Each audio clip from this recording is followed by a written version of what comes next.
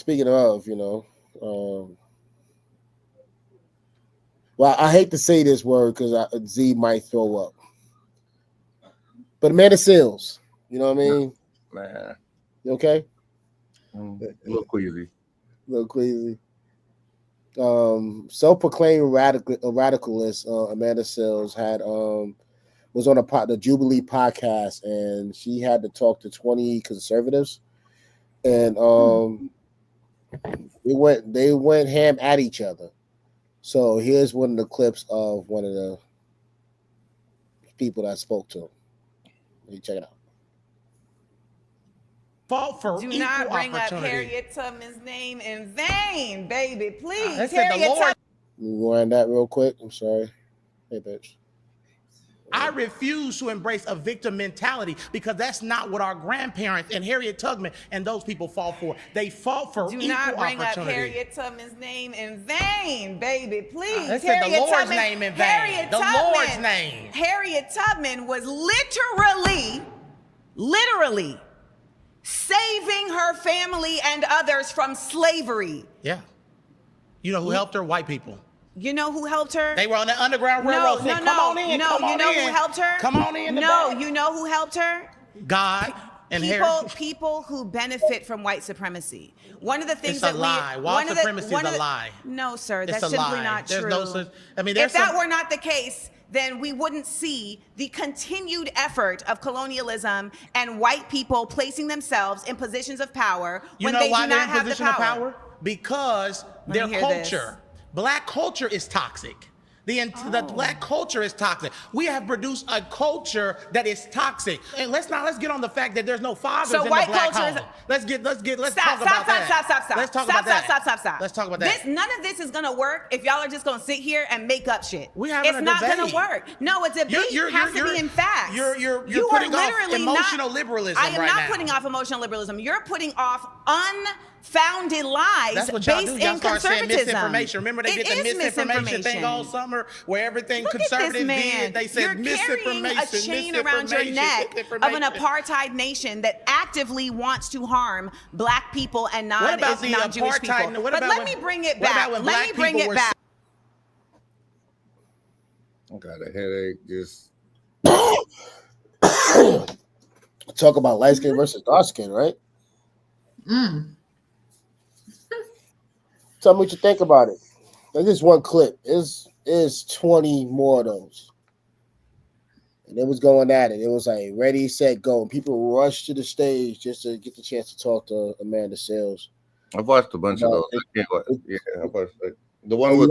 You did watch some of it. Okay. I didn't watch. No, I've watched a bunch of the Jubilee debate 20 versus 1 things. The one with Mindy Hassan is phenomenal, man. Like when you have somebody that can really hold their argument down and hold their square and not get emotional about it and is like super pragmatic, it makes for interesting conversation. But yeah, that whole thing was disappointing. Yeah, they talked about redlining. They talked about black on black crimes. They talked about reparations. Talked about a lot of things. I didn't watch all of them. I'm going to tell myself I'm going to get a chance to watch the whole actual episode to see what's going on. But Amanda Seals never disappoints when it comes to being emotional about things or being passionate. I want to say emotional, passionate about her stance about certain things. You know what I mean? And yeah, but tell me what you think.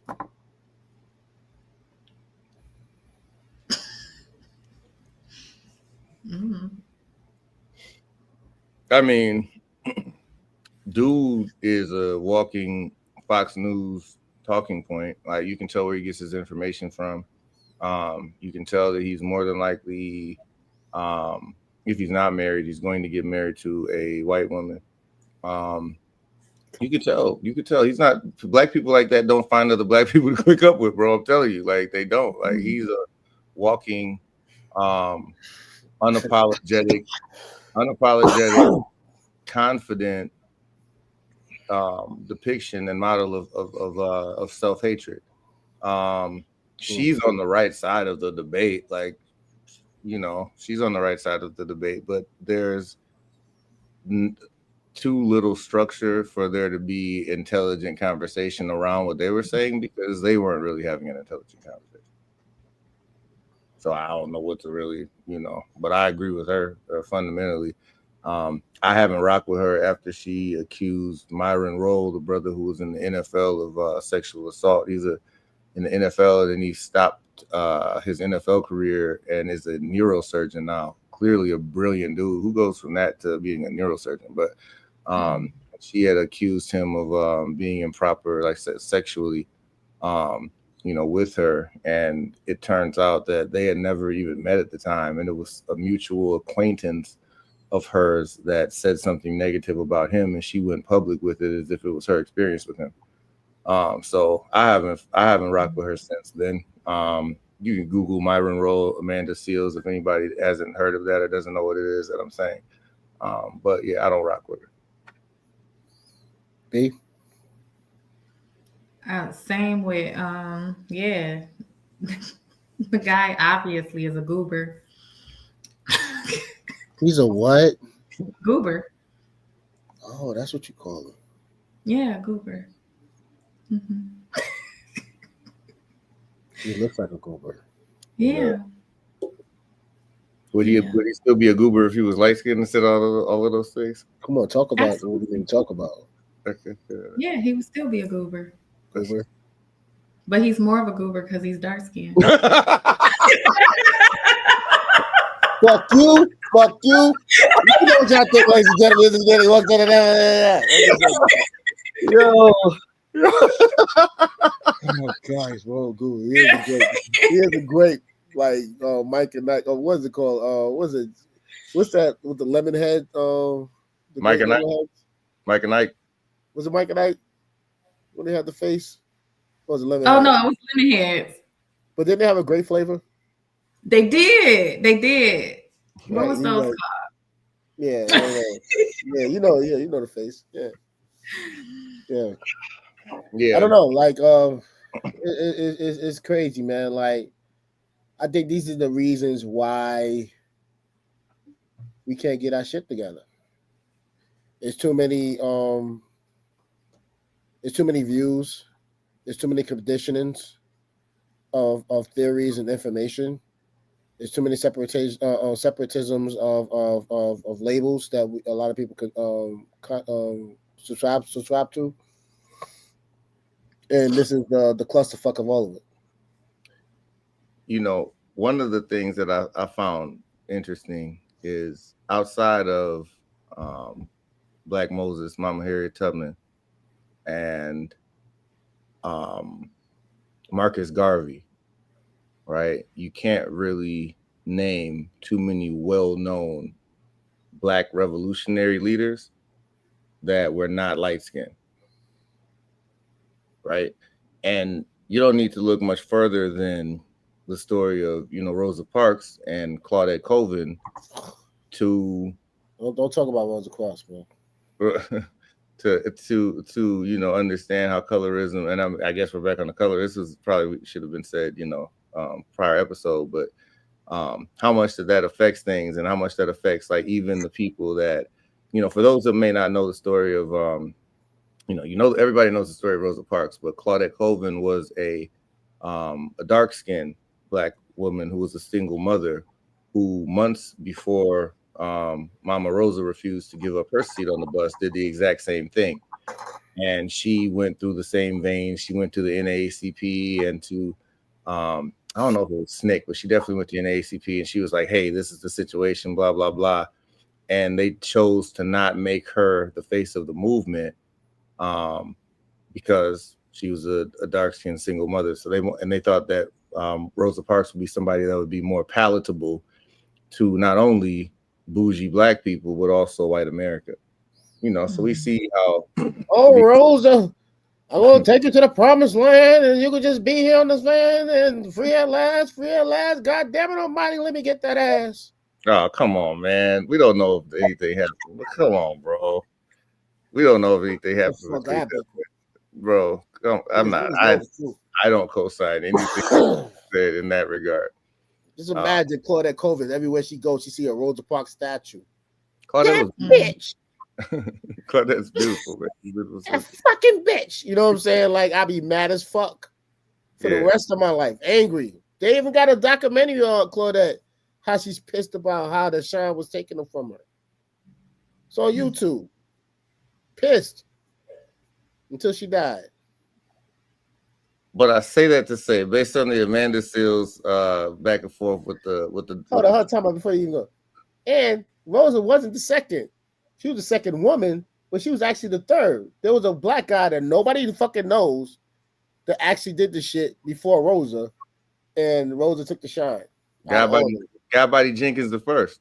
That's who that was. Jenkins the first. You know, and I'm sure he was dark skinned. So I say, in regards to the Amanda Seals situation with the melanated idiot, I think that part of another side effect of colorism is the amount of dark-skinned coons there are. And I think that they are, and that might demonetize us, that word that I just said. Raccoons. I'm talking about raccoons. That is, like you said, B, it's a different version of minimizing yourself to make somebody else feel, but it's going further than what's reasonable to prove that you are, to make the other side comfortable. Right? It's to say, oh, I'm not one of these black people. I don't think this way. I might look this way, but I don't think this way. So I'm acceptable. So this will help me in society. This will help me climb certain ladders. And we see it in our own organizations, with respect to, a very large black organization that's in America.